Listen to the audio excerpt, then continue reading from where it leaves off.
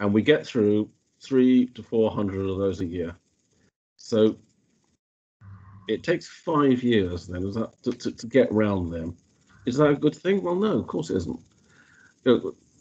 What will happen if we inspect something, 4 years later there's a big fire, people die, and I'm hauled on in front of the TV, and how come you didn't inspect this for 4 years? Oh, well, it was all right when we looked last time.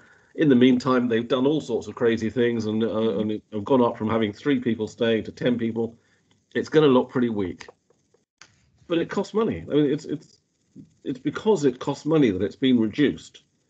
I think an inspector gets through about 100 a year, something like that, 90 maybe, I don't know. So something around that level. So if you want to inspect the national average, that's about 800, isn't it, on my workings?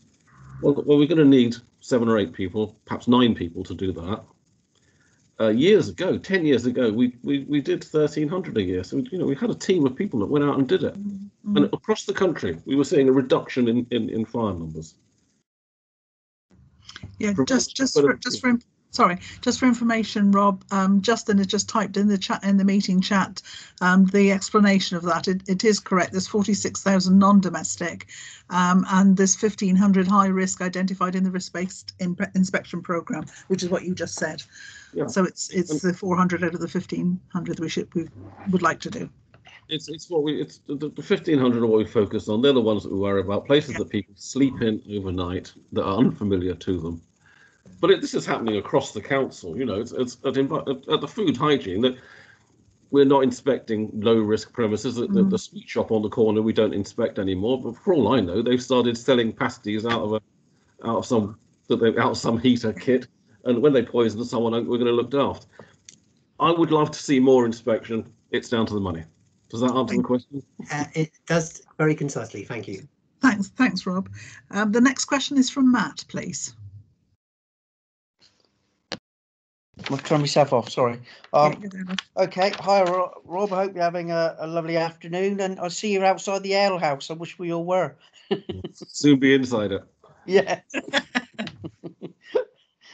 Can you give us your view on the level of protection activities within Cornwall Fire and Rescue Service, in your opinion, of what should drive protection activities? You almost kind of covered that a little bit, but I'll expand on that.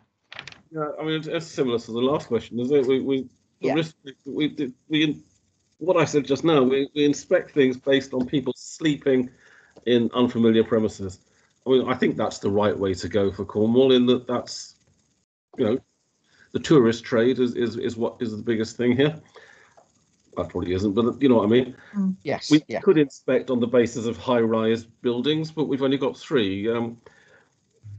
There's all sorts of other bases to inspect on things. I think people sleeping in unfamiliar surroundings is the right way to go. The student lets is something that's come in. I think they get covered under that, but not entirely. I think once they go out into the community and the houses of multiple occupation is something we should be paying attention to. Justin will tell me they do. But yeah, the driver has to be accommodation. But it's a nightmare because how many Airbnbs are there in Cornwall? No one can tell me that. No one can tell me, and I don't think Cornwall Fire and Rescue want to know, because our figure of 1.8% or whatever it is for inspections would go down dramatically if you added in all those. But that is where we should be driving forward, because we don't know the standard to which these places are set up a lot of the time. So I'm quite happy with us going on places where people sleep that they're not familiar with, but there's a lot more work to be done. Yeah. Okay. Thank you. Thank you. We've taken evidence in the different sessions that maybe a registration scheme would be an idea for the Airbnb, so that we know where they are and that so at least we understand the risk and they understand the risk as well. I think they're about to volunteer that. I don't know whether we can make it compulsory or not. We're looking into it. I think trading standards before COVID, trading standards met with them in Airbnb set off an event in Plymouth, and they were going to give us their list. I'm not sure we want it, but you know, I'll come to it later. But there's other things we're looking to do. Yeah. So we do need to know where they are. Yeah. Thank you. The next question is from John, please. Thank you, Chair. Rob, I think you've more or less half answered this question as well, but do you consider that the current assessment of risk primary based on sleeping risk is an appropriate model for Cornwall Fire and Rescue Service? And if so, or not, why? Well, it's down to our ability, isn't it? I believe they're talking about making heritage something we should be inspecting. There was a fire at the Pandora not many years back. Do you remember? Yep. Big old thatched pub in Cornwall. It was That's very my well gosh. dealt with. It was very well dealt with, and the building was saved. There'd been people sleeping there. We'd have been in there. We go there less. Pubs. It's only when they apply for their license. I think we get a look at it then, and an opportunity to comment. Yes, the cathedral. I went to a silent discotheque in the cathedral last autumn, back when we were allowed to mix with people. I don't know how many people there were, a couple of thousand people in there, bobbing up and down happily to different things. How do we get out of the cathedral if there's a fire? Well, out the main door, but not when you've got 3,000 people in there, or whatever it was. At the moment, they're busy putting up a manger thing with a straw roof. I don't know if we've been down and certified it. That will be full. Coming up, well, probably won't now, but coming up to Christmas, that'll be crammed with people. Is it safe? We used to inspect it, we don't anymore. But it's capacity. If you tell us we have to do it, or tell them on rescue they have to do it, you have to give them money to do it. Thank you. Dominic, you've got a supplementary for that. Yes, please. So with the benefit of looking at all the questions, I can see we're not going to ask you anything more about short-term holiday lets and Airbnb. So I wondered if you wanted the opportunity to expand on that, and whether you think we should be proactive in registering all holiday accommodation, or rather than waiting for the industry to come to us. Well, as it happens, we were chatting at Cabinet earlier on. Well, we had a budget meeting all morning, and we've now got under the new waste contract. You'll know we've got the ability to collect commercial waste, and if we think there are just 6,000 holiday accommodation providers who might be just putting out their bins and getting them collected along with the normal rubbish, if we charge them 350 quid, that's 1.8 million. The fire brigade get their grants from the government based on the number of people there are in Cornwall. It's not clear to me whether second homeowners count as being in Cornwall or not. So should we be asking the Home Office to include them in that total so that they can charge a bit extra? And the massive influx of people that come in during the summer, Cornwall's population doubles. Do we get any more money to help us deal with that? No. And yet our biggest issue is looking after the hotel, the accommodation. So Devon and Cornwall Police have put together a business plan to lobby the government for extra money. And I mentioned that in passing. I was really after the waste this morning, but I mentioned in passing that we should be putting together a business plan for the Cornwall Fire and Rescue to apply for extra money to let us deal with this massive influx of people that give us a lot of work. They don't pass unnoticed by the fire brigade. They are part of our workload, so it's only right that we should be paid for them. And just specifically around perhaps setting up a registration scheme. Yeah, well, Airbnb are volunteering it, but I think that's a two-pronged thing. I think we'll be seeking it out. It's back to people informing on people. I think once we put up why don't you tell us if your neighbours are letting their premises? We will get thousands of people reporting it to us, so we can do it. Yeah, it won't be hard to find them. Okay, thank you. Thank you. The next question's from me. We've received evidence from Norfolk Fire and Rescue Service, which forms part of a local authority, and from Shropshire Fire and Rescue Service, which does not, where both have received a substantial increase to their baseline budgets for protection. We've also heard from a number of witnesses that more could be achieved here with additional resource.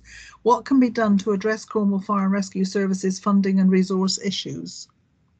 Do you have a magic wand? I think I strayed into that just a minute ago, answering Dominic that we could try and hit the holiday lets harder and hit there. At the end of the day, it's, do we want a fire brigade as part of Cornwall Council? You know, I've said this before, and everyone looks at me as if I'm insane. But then we trim money out of their budgets. You know, if the police and crime commissioner is cuddling up to them and saying, why you come and live with us and Devon and Cornwall Police, it would be nice. And this is a national thing. The fire chiefs are resisting it.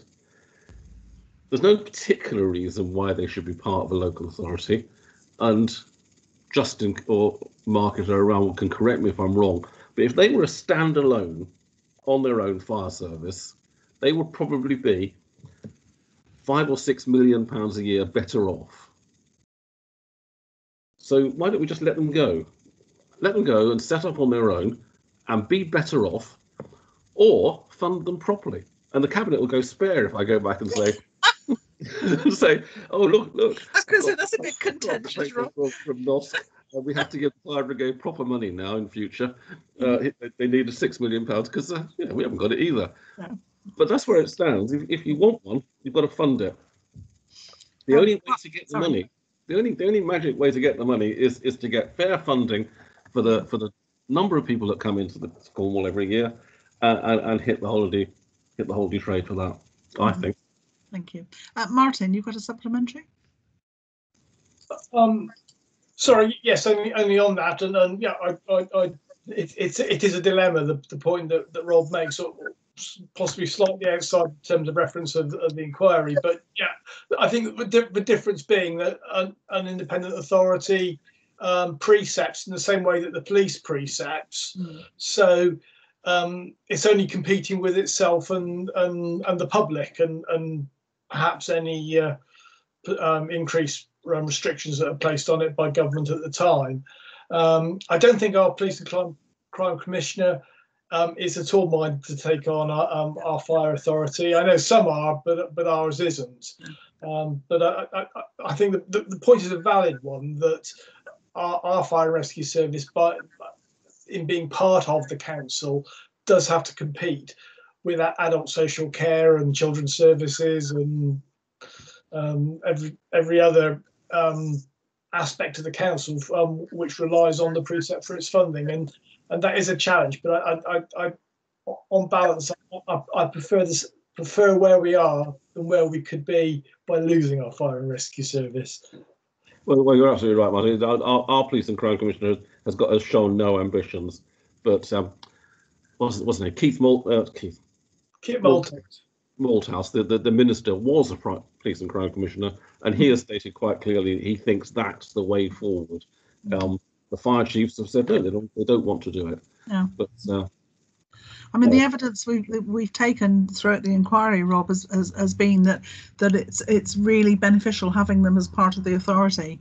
You know, with the COVID stuff and all the partnership working, and you know that they are a really valued part of Cornwall Council, and very helpful, because even just Alan's team, when they're going out, sort of having a fire officer there will open doors that wouldn't normally be open for them. So please don't think about letting them go, because I think we need them with us. But yeah, you're quite right. We do need to lobby for more funding, for fairer funding. Yeah. If I brought a motion to full council suggesting that we let them go off on their own, it would be yes. One vote for, 122 against.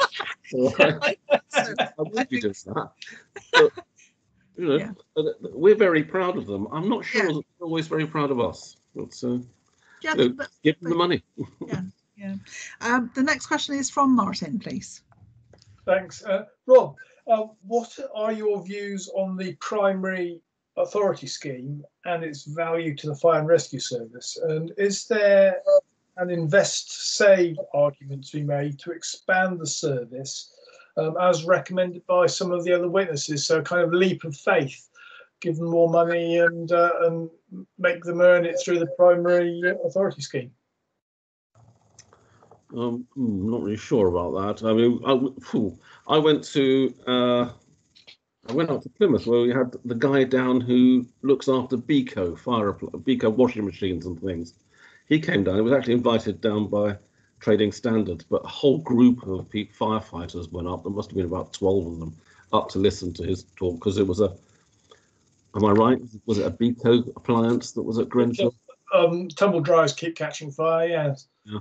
So, we have a connection. In our environmental health people will tell the fire brigade if there's an issue with if they get told there's an issue, and fire brigade will report back to Trading Standards if they've attended somewhere where there's a fire. Whether we should enlarge and give advice, yeah, there's a market. I mean, Cornwall is a leader in taking on this sort of thing. Can we make money out of it, I think is what you're saying.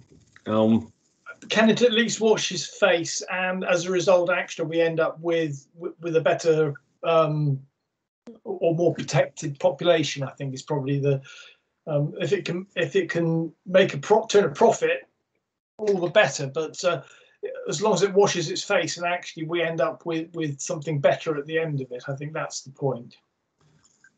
Well, it's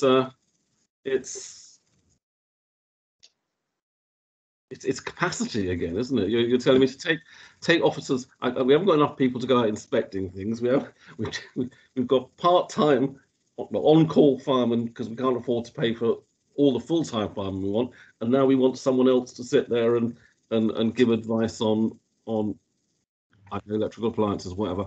Yeah, yes, it would be good. I think that's why we're talking about that leap of faith up front, pump priming funding to do it. So I think that's the point. A bit like Alan's team did.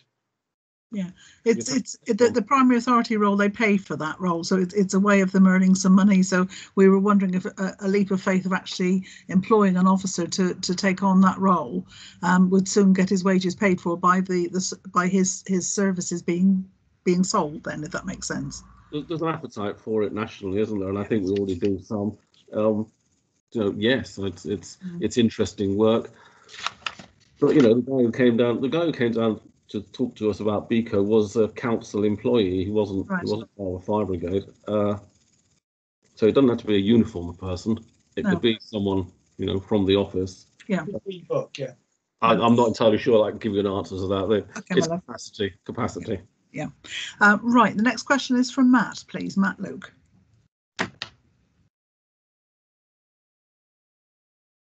Matt. Okay. Yeah. We have evidence that investment in both IT, both hardware and software, is required to improve the understanding of risk and enable more efficient working. What are your views? Is this another invest to save opportunity? We haven't covered this one yet, so there we are. Well, yeah, working from home has been interesting, hasn't it? I know that the Fire and Rescue have been having a meeting at 8 o'clock every morning with their senior officers. Maybe that's dialed back a bit now since COVID's drifted down. But instead of them all driving around to meet up at Tolvaden or wherever, they're just able to sit there and do it. So that's really good. They've been taking part in the webinars that the public protection side have been doing, where you can give advice and you can reach a lot of people. We could have a webinar for bed and breakfasts on how to make them safe. Instead of going out and visiting them one at a time, you can deal with 50 at once. Mm-hmm. Have them all shown around, and they've shown quite an appetite for turning up. When we've done them on COVID, or making your premises COVID safe, they've turned up in numbers. Collecting data, there's some surprisingly old-fashioned methods of doing that down at Tolvaden. People doing it pretty much by hand, which is surprising, given where we are. That should be attended to, but it took some time and some pushing, I think, from NOSC and amongst others, to get them the tough pads, to get them the pads in the vehicles, to get that accelerated up. They waited ages to get the IT they required which is now in. So the response that from the phone call arriving at Tolvaden to it reaching a station has been cut by, well, is it 27 seconds reduction? I'm not sure offhand. Yes, is probably the answer. They need more IT. It's being able to arrive at the place and have the plans already there on your machine. Yeah. The idea that someone is sitting at Tolvaden doing things by hand, with a biro, collecting data is ridiculous. Yes, is the answer. They need more stuff. Okay, thanks, Rob. That's very good answer. Thank you. The next question is from Dominic, please. Okay, thank you. So there's a long bit of context in the short question. With regard to the Cornwall Fire and Rescue Service, there has been an inspection of the service in 2018 by HMIC and Fire Rescue Services. A local government and National Fire Chiefs Council protection theme peer review in 2019 and a service-wide local government association peer review in August 2020, all of which have resulted in recommendations being made in relation to protection. And the question is, how do you intend to support the implementation of these recommendations? Well, I think they are very highly inspected, and I struggle to keep up. I struggle to keep up with what recommendations were floating about. There are a number of things that I've mentioned before my concerns about governance, and you, Dominic, have been on the course at Warwick. I think Martin went as well, did he? Where you'll have been told. Yeah, I've been on it. You'll have been told that 123 councillors being the fire authority is not right, and similarly NOSC doesn't meet frequently enough. There should be a smaller body doing it. Imagine if we have this fire where a premises burns down and people die. How we react to it, Cornwall Fire and Rescue will get on with doing what they do, but politically, how we react to it'll be me, and it's I'll be, and this, it's a fair point. It'd be me. So really, what we do about governance doesn't matter to Cornwall Fire and Rescue. It's our internal approach to it. Mm-hmm. I would be much happier to have a small group that I'd be able to go to, or whoever is portfolio holder, that could quickly meet and discuss and get on with things. Is that important? Possibly not. It's our internal governance. If I have to go out and do the interviews, well, there it is. And if I'm accountable, there it is. But do all 123 councillors know that they are accountable for it? No, they don't. So I would like that attended to. We had a challenge on our response times, and they've done I keep saying, I don't do any of this stuff. I don't ever respond to anything. They had a challenge on their response times, and they did a consultation. It was quite interesting reading the responses, which came from some very knowledgeable people. It took me a little while to twig on that it was all the firefighters responding, and that's all in place. So they're doing great. I'm pleased with that, and I think now the Home Office will be happier with it, and we see them getting out promptly to things. So yeah, that's good. On-call firefighters, is that sustainable?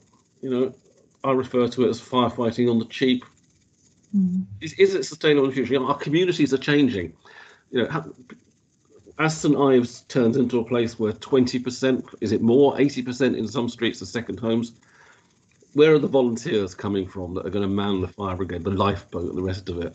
And as that moves on, we have a smaller population that will turn out and volunteer for community work the way they used to. So it's getting harder, and that tags me on to getting more women into the service. Mm-hmm. I think we have the lowest number of female firefighters in the country, which is odd because we've got Kath Billings, who is an absolute driving force in getting more women into the fire service. I'm not quite sure how that happens, but that's something I'd like to see dealt with. Registration, we talked about the Airbnbs. They're talking about us getting a firmer grip on what's out there, and yeah, we'd like to do that. But there's just, they are inspected. They are inspected to hell, aren't they? And I think they perhaps stop the inspections and let them just get on with their job. Okay, so a bit of a leading question. So you'd recommend, you'd welcome a perhaps long-term strategic view on the balance of whole-time and on-call firefighters in the county? Well, I think we have to. I think that's, you know, some. If we look at some services up country that have done it, they're struggling. You know, there will come a time when we struggle, and I think in some areas we do already. Yeah. Right. It's flexible. Thank you. It has a lot of benefits. Yeah, thank you, Dominic, and thank you, Rob, for the answer. Nearly there, my love. The next question is from John, please. Yes, thank you, Sharon. If there are increased costs as a result of the recommendations from this inquiry, how would you propose that a budget is secured for these?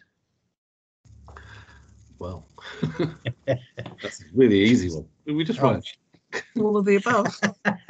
I'm sure Julian will be happy. He won't mind. Well, I think we go back to what I said earlier on, that the funding formula is unfair. We've got 500,000 people coming in.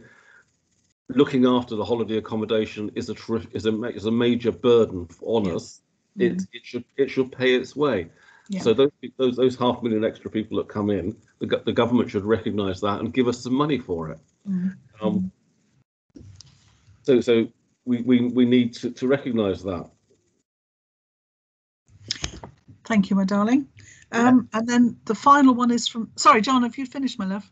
Yeah. The final one is from me, Rob, if I may.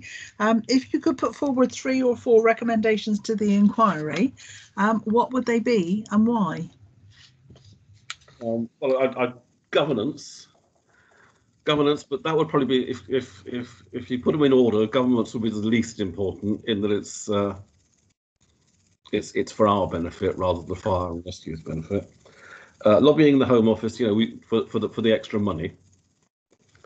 And inspections, you know, prevention was what the fire brigade was about 10 years ago. Yeah. And we saw we almost saw the disappearance of chip pan fires and things like that, and now they're back. So prevention, more inspection. You know, your very first question got right to the nub of it. Yeah. Not inspecting, then you don't know what's out there.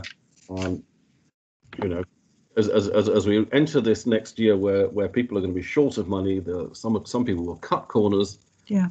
And we don't know what's going to happen. So build inspection, prevention inspection would be my biggest one.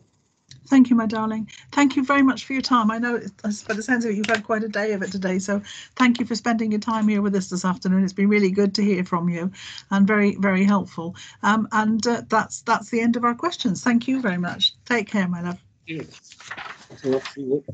Okay, thank you. Get back in the queue to get back in the pub. Yes, that sounds good, doesn't it? Yeah. Right. Fellow colleagues on the call, we've now. I'm worried about the timing for this feed. So can I bring Joe in just to advise me? I think we could turn the recording off now, please. Yeah, I'll just turn the recording off.